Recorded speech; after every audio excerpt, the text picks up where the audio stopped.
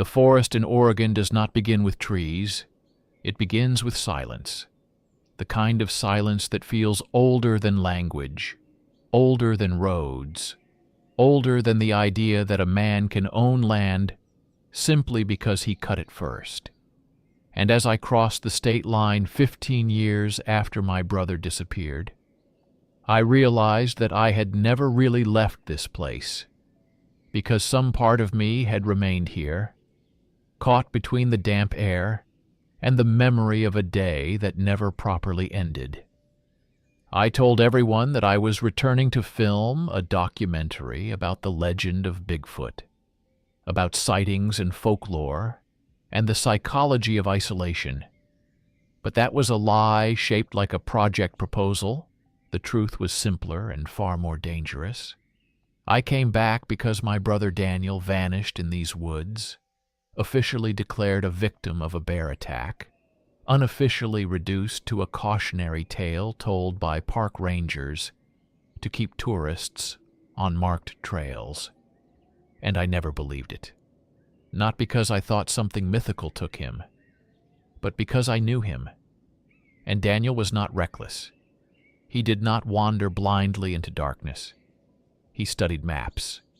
He marked coordinates. He respected boundaries.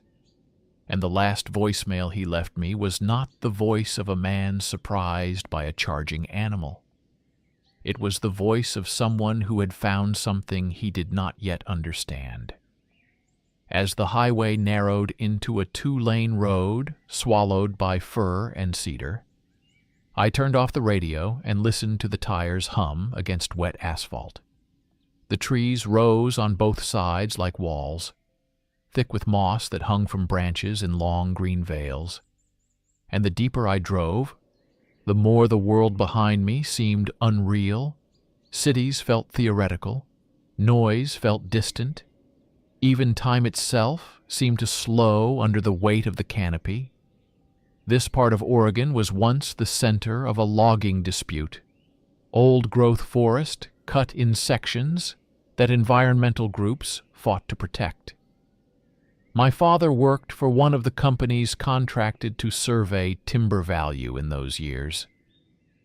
A fact I used to mention with pride when I was younger, before I understood what it meant to measure a living thing in board feet, before I learned that some of those surveys led directly into areas locals called closed ground, places hunters avoided, and where, according to Daniel's notes, the trees grew in unnatural patterns.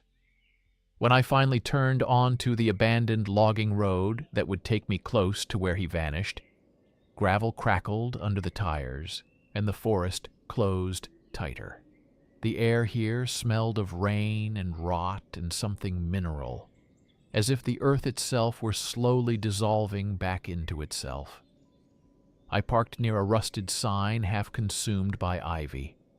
The letters almost unreadable, but still visible enough to make out a faded warning about restricted activity, the restriction no longer enforced, the land left to recover in silence. I stepped out of the car, and the first thing that struck me was the sound, or rather the absence of it. No birds calling overhead, no distant chainsaw, no wind pushing through branches, only the faint drip of water falling from leaf to leaf, each drop echoing louder than it should. I stood there longer than necessary, breathing in the damp cold and trying to convince myself that this was just a location, just coordinates on a map, not the last known place where my brother stood. Somewhere beyond the first line of trees lay the clearing where search teams found his backpack, torn open, his camera smashed, no blood, no body, just disturbance, as if something large had moved through without leaving the kind of evidence authorities prefer. I retrieved my own camera from the trunk, but did not turn it on yet. Some part of me felt that recording too soon would be disrespectful, as if the forest required acknowledgement before documentation. I walked a few steps past the road and into the undergrowth. boots sinking slightly into moss that felt almost sponge-like beneath my weight. And I remember Daniel describing this texture in one of his field journals. He wrote that the forest floor here did not feel like ground, but like something layered, something built over time, as if generations of fallen needles and leaves were protecting what lay beneath. I knelt and touched the moss with my bare hand. It was cold and alive, and strangely resilient, and I tried to imagine what he had seen that made his final message tremble. The official report claimed he likely startled a black bear during mating season, that the animal dragged him off, and scavengers scattered what remained, but no remains were ever recovered. No traceable DNA beyond what they attributed to common wildlife. And that absence always bothered me more than any confirmed violence would have. As I stood there, the memory of his voice returned uninvited. Not the words, just the tone, urgent, but not panicked, curious, but edged with something close to awe. I closed my eyes, and for a moment the years collapsed. I was no longer a man in his 30s with a production budget and a carefully constructed narrative. I was a younger brother, waiting for a call that never came. The wind shifted suddenly, a low current moving through the trees that caused the upper branches to sway, and with it came a faint knocking sound, soft, irregular, like wood tapping against wood. In the distance, I opened my eyes and scanned the tree line, telling myself it was nothing more than limbs brushing in the breeze. But the rhythm did not feel random. It came once, then silence, then again, deliberate, spaced, not loud enough to alarm, just enough to be noticed. I felt a tightening in my chest that had nothing to do with fear and everything to do with recognition. Because Daniel once mentioned a pattern he heard at night. 3 knocks carried through fog. He wrote that it was probably another researcher signaling a partner. Yet no other teams reported being in the area. The sound came again. This time slightly clearer, wood striking wood somewhere deeper in the forest. And I realized with a slow, creeping certainty that this was the first time in 15 years that I had heard something here with my own ears. Something that did not fit neatly into an explanation. I told myself not to romanticize it, not to let grief turn ordinary noise into myth. But standing there, beneath trees, older than any story we have written, it became impossible to ignore the feeling that I was not alone. Not in the dramatic sense of being hunted, but in the quieter sense of being acknowledged, as if the forest had registered my return and was deciding what to do with it. The knocking stopped as abruptly as it began, leaving behind a silence heavier than before. And in that silence I understood something I had not admitted even to myself. I had not come here to prove that legends were real. I had come to find out whether the forest had taken my brother, or whether we had taken something from it first. By the time the rest of the crew arrived, the light had already shifted into that muted gray that seems permanent beneath the canopy, in this part of Oregon, as if the sun never fully commits to touching the ground. I watched their SUV crawl down the abandoned logging road, tires slipping slightly in wet gravel. And for a moment, I saw us the way an outsider might. A small group of people with cameras and equipment cases driving into a forest that had already erased heavier machinery and louder men. Ethan was the first to step out. Practical, skeptical, the kind of cinematographer who trusts lenses more than stories.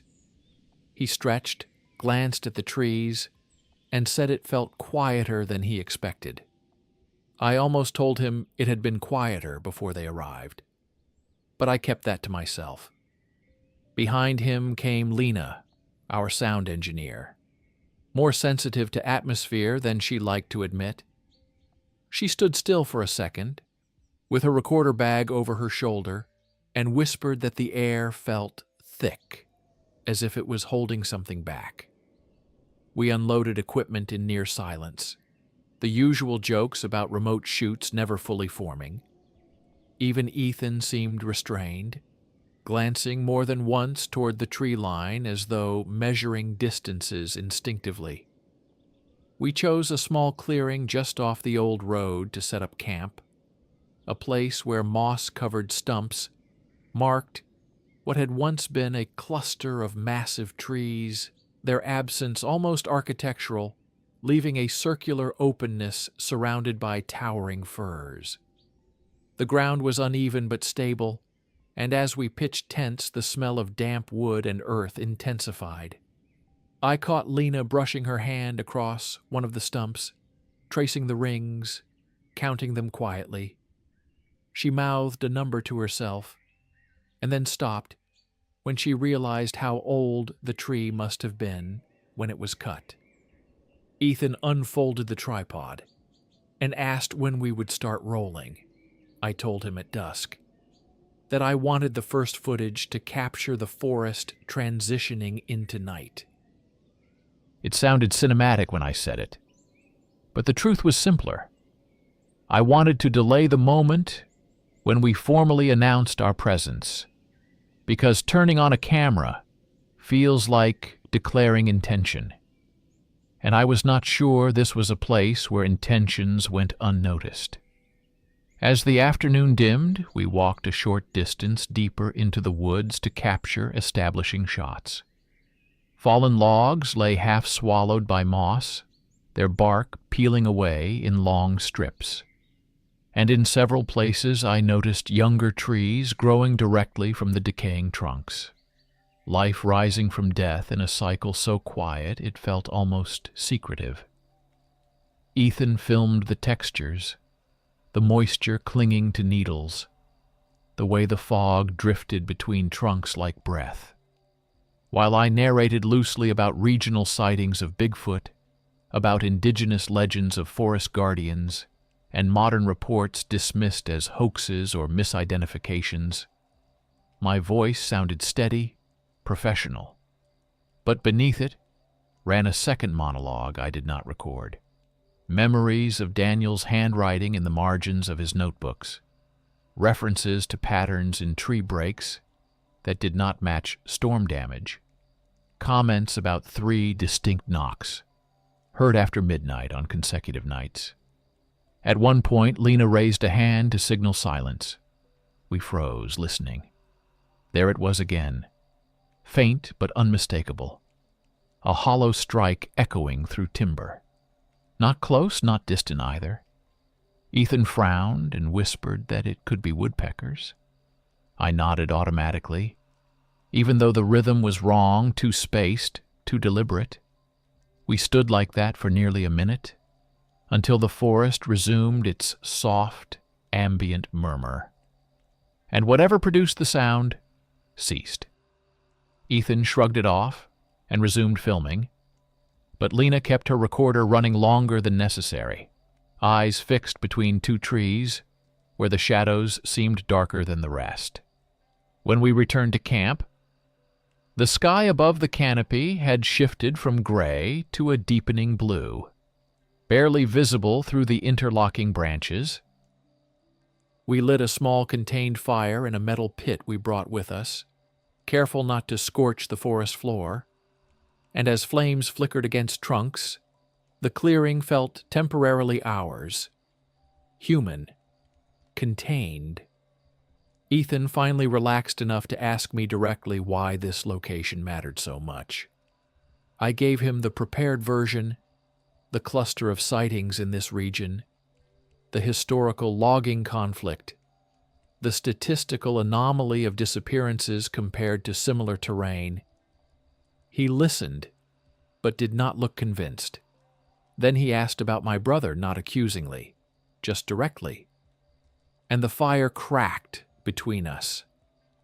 As I admitted that Daniel vanished less than 5 miles from where we were sitting, Lena looked up sharply at that, clearly unaware of the proximity. I had not intended to reveal it so soon, but the words felt inevitable once spoken. Ethan leaned back and exhaled slowly, saying that changed things, that it meant we needed to be careful about objectivity. I agreed, though objectivity had never been the point for me. As darkness thickened, the forest transformed, the trunks around us losing detail and becoming vertical shadows, the spaces between them deepening into something almost liquid. Lena placed small audio recorders at the edge of the clearing, discrete devices meant to capture ambient nocturnal sound. She marked their positions on a tablet and returned to the fire. We kept conversation low, partly out of respect, partly because raising our voices felt intrusive, and for a while nothing happened beyond the normal sounds of night settling in. Distant insects, a branch adjusting under its own weight, the faint rush of wind high above. Then, sometime after full dark, when the fire had burned low and Ethan had retreated to his tent to review footage, it came again. 3 knocks, evenly spaced, clear enough this time that none of us could pretend it was random. Lena's head snapped toward the sound instantly, her training overriding fear as she reached for her handheld recorder. I remained still, counting the seconds between each strike, 1, 2, 3, the pauses identical, the tone resonant, as if something large had chosen a specific trunk to hit. Ethan emerged from his tent, whispering that he heard it too. We waited for a 4th, a 5th, something to confirm a pattern. But the forest returned to silence with unnerving discipline. I felt the old memory align with the present. Daniel's note about repeated knocks after midnight, his question scribbled in ink beneath it, signal or warning. Standing there with my crew, watching the darkness press closer to the edge of our small circle of light, I realized that whatever had made that sound did not feel threatened by us. It did not rush. It did not flee. It announced itself and then withdrew. And the most unsettling part was not the possibility that it was something unknown. It was the impression that it understood distance, timing, and restraint better than we did. Ethan finally muttered that we should get some rest and reassess in the morning. Lena collected the nearest recorder, but left the others in place, saying she wanted to see if the pattern repeated at the same interval later in the night. I agreed, though sleep felt unlikely. As I lay inside my tent, listening to the faint zipper hum in the breeze and the subtle shift of fabric, I stared into the darkness inches from my face and replayed the rhythm again and again. 3 deliberate knocks carried through timber that had witnessed centuries. And somewhere beyond our thin walls and battery-powered devices, something in the forest had answered our arrival. Not with attack, not with chaos, but with a measured sound that felt less like a threat and more like a boundary being marked. Morning in Oregon does not arrive with sunlight. It arrives with moisture, a fine layer of mist clinging to fabric and skin, as if the forest exhales directly onto whatever dared remain through the night. I unzipped the tent to a world drained of contrast, trunks dissolving upward into pale fog, the fire pit reduced to a circle of cold ash, and for a brief second I could almost convince myself that the 3 knocks had been a shared hallucination, born from suggestion and fatigue, until I saw Lena already kneeling near the edge of the clearing, headphones on, replaying the audio from the recorders we had left in the dark. Ethan stood a few steps behind her, with his hands in his pockets, silent in a way that told me something had changed. I walked over without speaking and waited until Lena lifted one side of the headphones and offered them to me. The recording began with the soft hum of nocturnal insects and the distant creak of branches. Then, at exactly 2:17 a.m., 3 distinct impacts, clean, resonant, each separated by the same measured interval we had counted by ear, not wind, not random debris, something striking wood with intention. The sound vibrated through the tiny speakers, with a depth that felt disproportionate to its simplicity. Lena whispered that she had isolated the frequency, and there was no overlapping animal call, no echo distortion that would suggest multiple branches colliding, just 3 controlled hits, and then silence. Ethan exhaled slowly and said that if someone was out there messing with us, they had remarkable discipline. But the nearest marked trail was miles away, and no headlights had cut through the trees during the night. We packed quickly, not out of panic, but out of a collective instinct to move, to follow the direction from which the sound had traveled. The moss beneath our boots dampened footsteps to near silence as we advanced beyond the perimeter of the clearing. And within minutes the familiar geometry of camp disappeared behind layered trunks and ferns taller than my waist. The deeper we went, the more evidence of old logging emerged, massive stumps flattened like ancient tables, their rings exposed and blackened with age, rusted fragments of chain half buried in soil, and here and there the skeletal remains of machinery reduced to oxidized shapes swallowed by vegetation. Ethan filmed continuously, capturing the contrast between decay and regrowth. Younger trees rising straight and thin among the ruins of giants, while Lena monitored the ambient sound, occasionally pausing to adjust sensitivity levels as if expecting another signal. I found myself scanning the ground more than the horizon, searching for irregularities. And it was Lena who saw it first, a depression in the mud near what must have once been a loading area. Not a clear footprint, not the cartoonish outline people imagine when they speak of Bigfoot, but something broader than a human step, deeper at the heel, the front tapering slightly before vanishing into fir needles. Ethan crouched to measure it against his own boot, and the comparison required no exaggeration. Whatever pressed there had carried more weight than any of us. I felt a tightening in my throat that was not triumph, but recognition, because Daniel once sketched a similar shape in the margin of his journal, labeling it uncertain substrate distortion.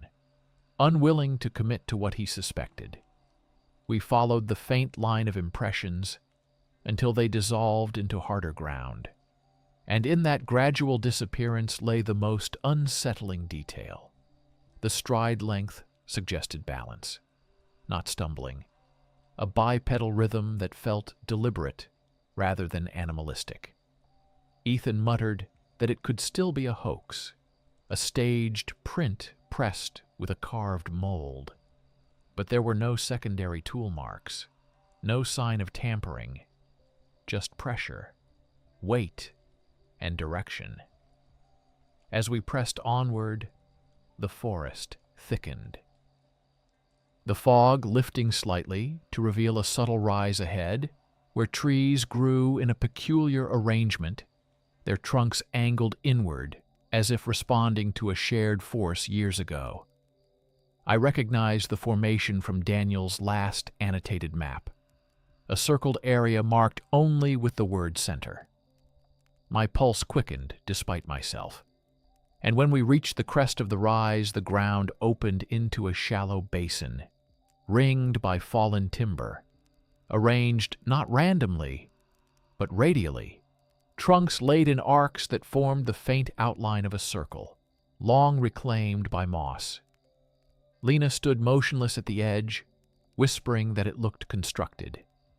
Ethan circled slowly, filming every angle, and I stepped into the basin with a care that bordered on reverence. The air inside felt cooler, muted, as if the surrounding wood absorbed more than sound. Fragments of woven branches lay collapsed near the center, thicker than any animal nest I had seen, too interlaced to be the casual byproduct of a storm. And as I knelt to examine one of the branches, I noticed a break, not splintered outward like wind damage, but snapped inward with force, pressure applied from outside the circle rather than within. Lena called out softly and pointed toward a nearby stump where something metallic glinted through the moss. I brushed it free and felt the unmistakable cold curve of a spent shell casing, old but intact. The brass dulled by years of damp, Daniel carried a sidearm on field expeditions, more for reassurance than aggression. And seeing that small artifact in this place compressed time violently, the abstract grief of 15 years collapsing into a single tangible object resting in my palm. Ethan lowered his camera slightly, perhaps sensing that this was no longer just footage, but evidence. And for a moment none of us spoke. The forest seemed to lean inward around the circle, not with hostility, but with a density that suggested memory. I imagined Daniel standing where I stood, hearing the same layered silence, weighing curiosity against caution, and I wondered whether the first shot he fired had been warning or fear.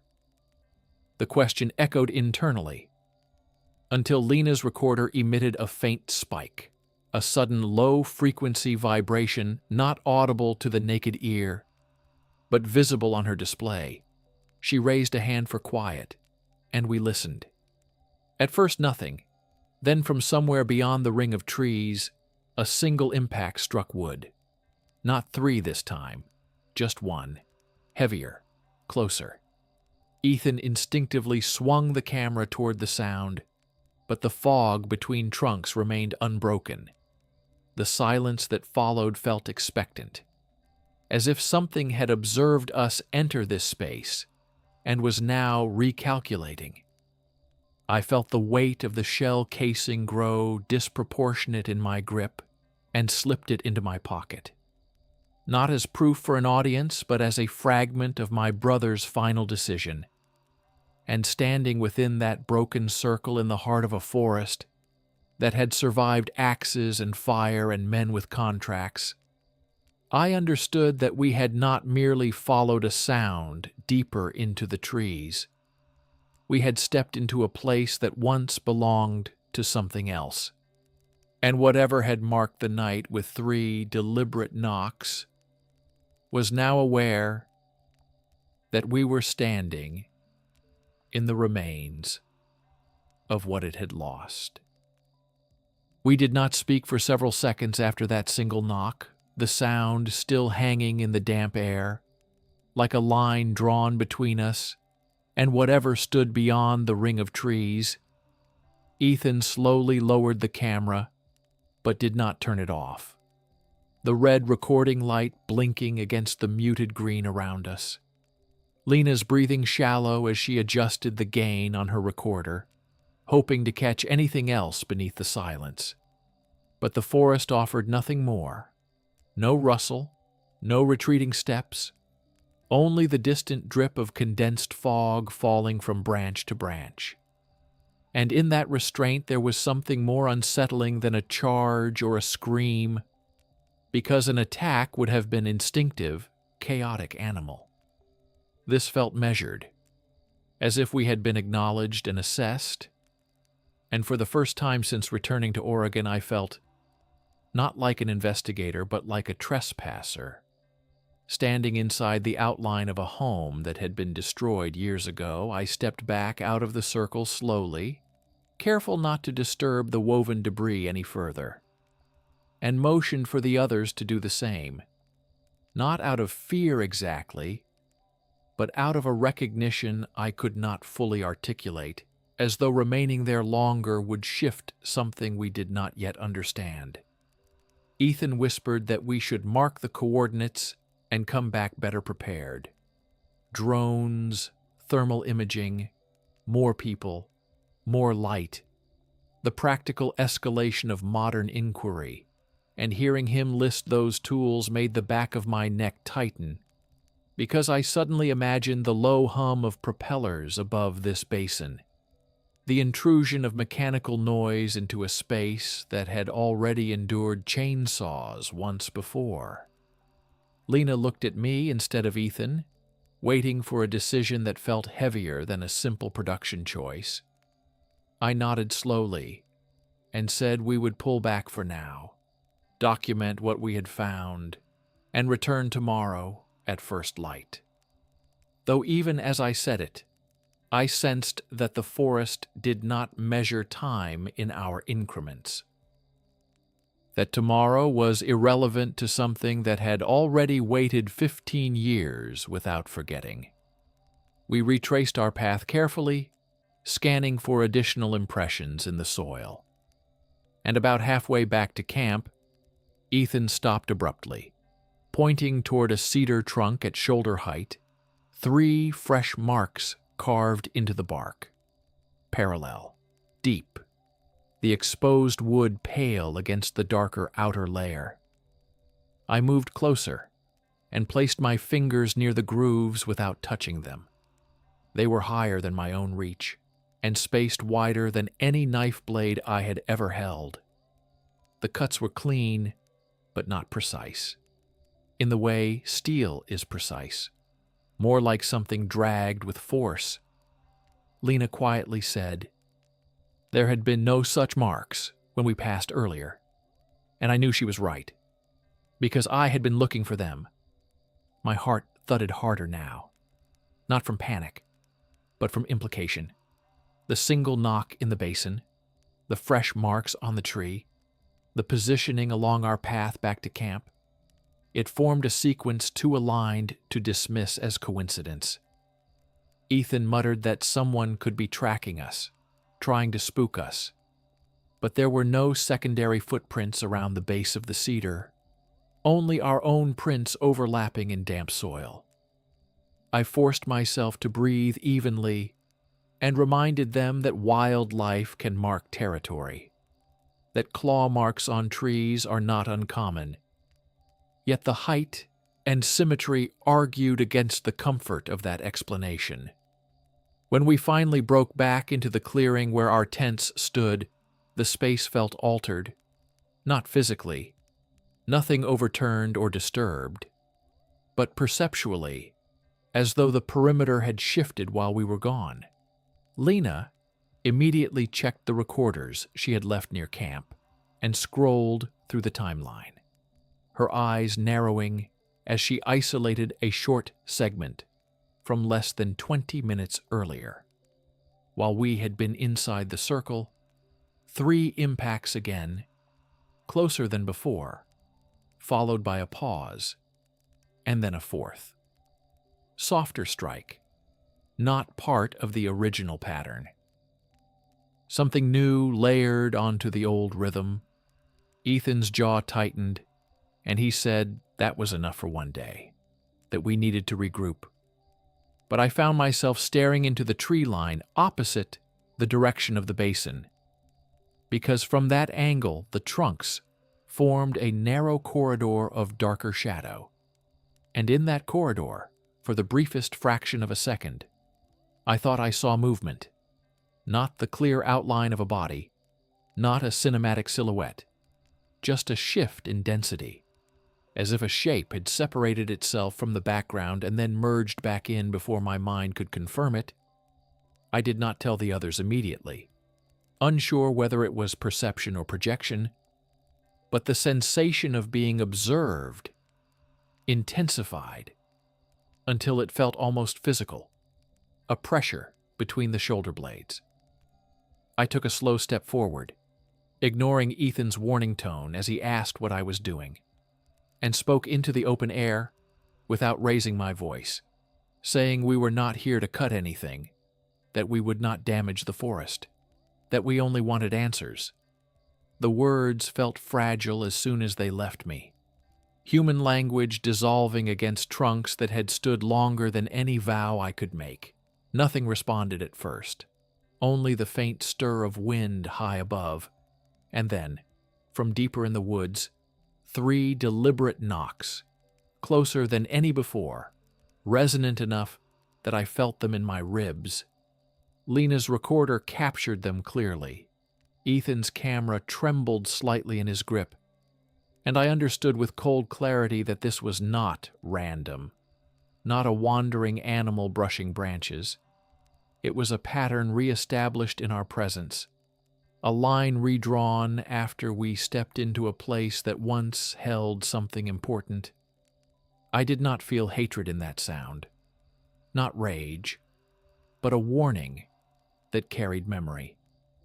And as dusk began to settle again over the clearing, turning the edges of the forest into layered shadow, I realized that returning here had not simply reopened an old investigation.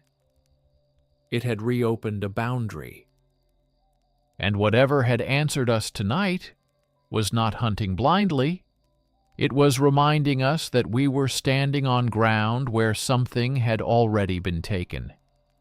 And as the final echo of those 3 knocks faded into the deepening dark, I understood that this was only the beginning of a conversation the forest had been waiting 15 years to resume.